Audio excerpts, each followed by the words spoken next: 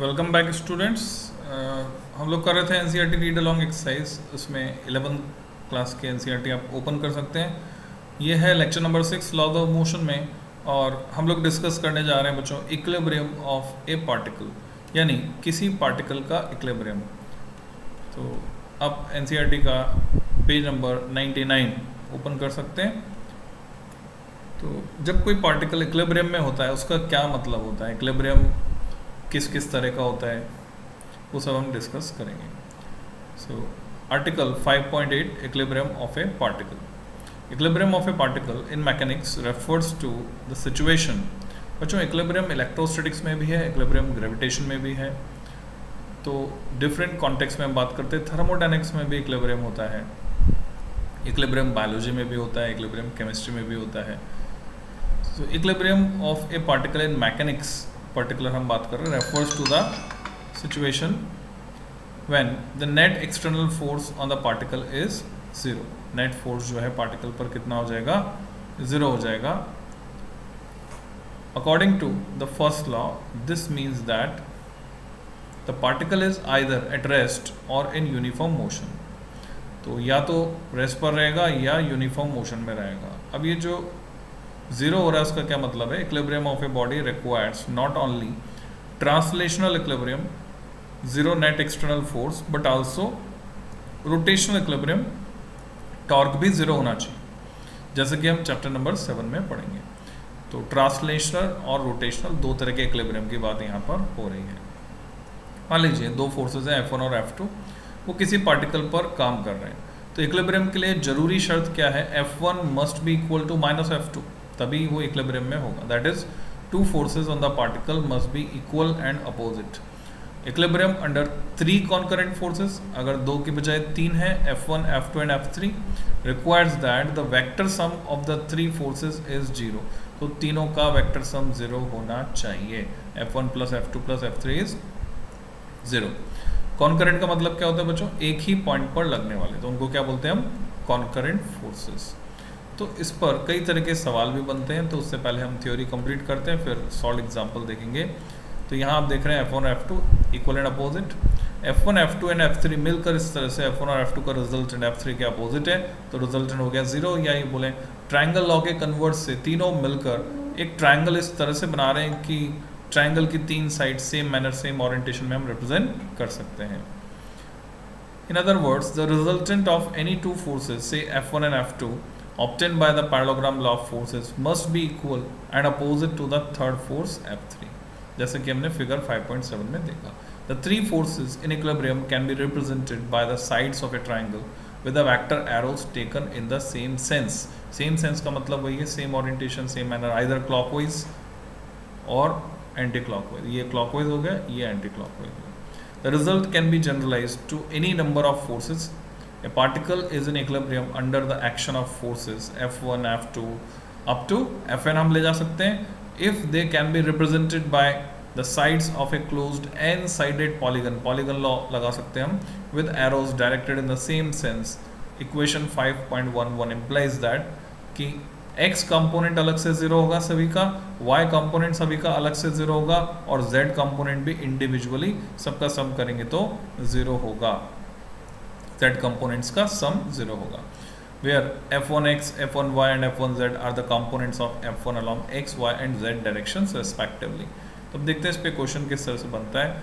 Example 5.6 अब देखिए, figure 5.8a मास है 6 किलोग्राम का, suspended by rope of length 2 metre, 2 metre लंबी रस्सी से लटका दिया फ्रॉम द सीलिंग। 50 न्यूटन का फोर्स हमने हॉरिजॉन्टल डायरेक्शन में लगाया है mid point of the rope पर, यानी 1 मीटर की दूरी पर as shown. What is the angle the rope makes with the vertical in the equilibrium. कितना एंगल वर्टिकल से बनाएगी वो हमें पता करना है। जी को हमें लेना है 10 मीटर पर सेकेंड स्क्वायर, और रोप नेग्लिजिबल मास की है, ये अजम्पशन है, यानी रोप का मास आपको नेग्लेक्ट करना है। सो हमने बनाया इसका डायग्राम बच्चों, इसको कहते हैं फ्री बॉडी डायग्राम। इस पे लगने वाले फोर्सेस अगर मैं यहाँ पे दिखा रहा हूँ, 60 न्यूटन नीचे की तरफ काम कर रहा है, जो कि वेट है 6 kg का। कितना वेट हुआ, 60 न्यूटन, 6 इंटू जी, जी को 10 लिया हमने, 60 न्यूटन इधर काम कर रहा है। अगर T1 इधर है तो T2 ऊपर की तरफ ले रहे हैं, जो कि T1 का कंपोनेंट है, ऐसा हम कह सकते हैं T2 बैलेंस कर रहा है 60 न्यूटन को, तो वो T1 का कंपोनेंट होगा T1 cos थीटा, जो वेक्टर रेजोल्यूशन हमने सीखा वो हम लगा सकते हैं, और T1 sin थीटा बैलेंस करेगा 50 न्यूटन को। तो हमारे पास दो इक्वेशन है, T1 sin theta is 50 and T1 cos theta is equal to 60, और यहाँ से हम T1 T2 दोनों निकाल सकते हैं। और T1 T2 तो यहाँ हमें चाहिए नहीं, थीटा चाहिए, तो हम इस इक्वेशन से थीटा भी निकाल सकते हैं। सॉल्यूशन देखिए, figure 5.8b and 5.8c are known as free body diagrams, जिसमें हम बॉडी पर लगने वाले सभी फोर्सेस को रिप्रेजेंट करते हुए दिखाते हैं, उसको बोलते हैं free body diagram. So B वाला जो है the free body diagram of W and C जो है free body diagram of point P। किसके लिए फ्री बॉडी डायग्राम बना रहे हैं वो भी आपको देखना है। ये वेट W पर काम करने वाले फोर्सेस सारे हमने दिखाए और पॉइंट P पर काम करने वाले सारे फोर्सेस हमने दिखाए। तो पॉइंट P के लिए free body diagram, weight W के लिए फ्री बॉडी डायग्राम, इस तरह से ये है। Consider the equilibrium of weight W clearly T2 किसके बराबर है, 60 न्यूटन के बराबर है। ये पहले यानी फिगर बी से हमें मिल गया result. Consider the equilibrium of the point P under the action of three forces, the tension T1 and T2 and the horizontal force 50 Newton. तीनों को हमने कंसिडर किया। हॉरिजॉन्टल एंड वर्टिकल कंपोनेंट्स को हम balance कर देंगे, T2 की value हमें मिल चुकी है। सो T1 cos थीटा जो कि T2 के बराबर है 60 न्यूटन, और T1 sin थीटा हमें पता है 50 न्यूटन है। तो अब क्या करना है, which gives the tan theta. Ratio अगर हम यहाँ पे लेते हैं T1 कट गया तो रेशो हमें मिलता है 5/6। अब जब tan थीटा 5/6 है तो थीटा हो गया tan इनवर्स 5/6। अगर टेबल में देखें बच्चों, ये डायरेक्टली तो मिलता नहीं है, तो कैलकुलेटर से आप इसकी वैल्यू निकालो, साइंटिफिक कैलकुलेटर चाहिए आपको, नहीं तो आप टेबल में देखो, तो टेबल में देखोगे तो 5/6 यानी डिवाइड करके पॉइंट में वैल्यू निकाल लेंगे। आप जानते हैं कि 6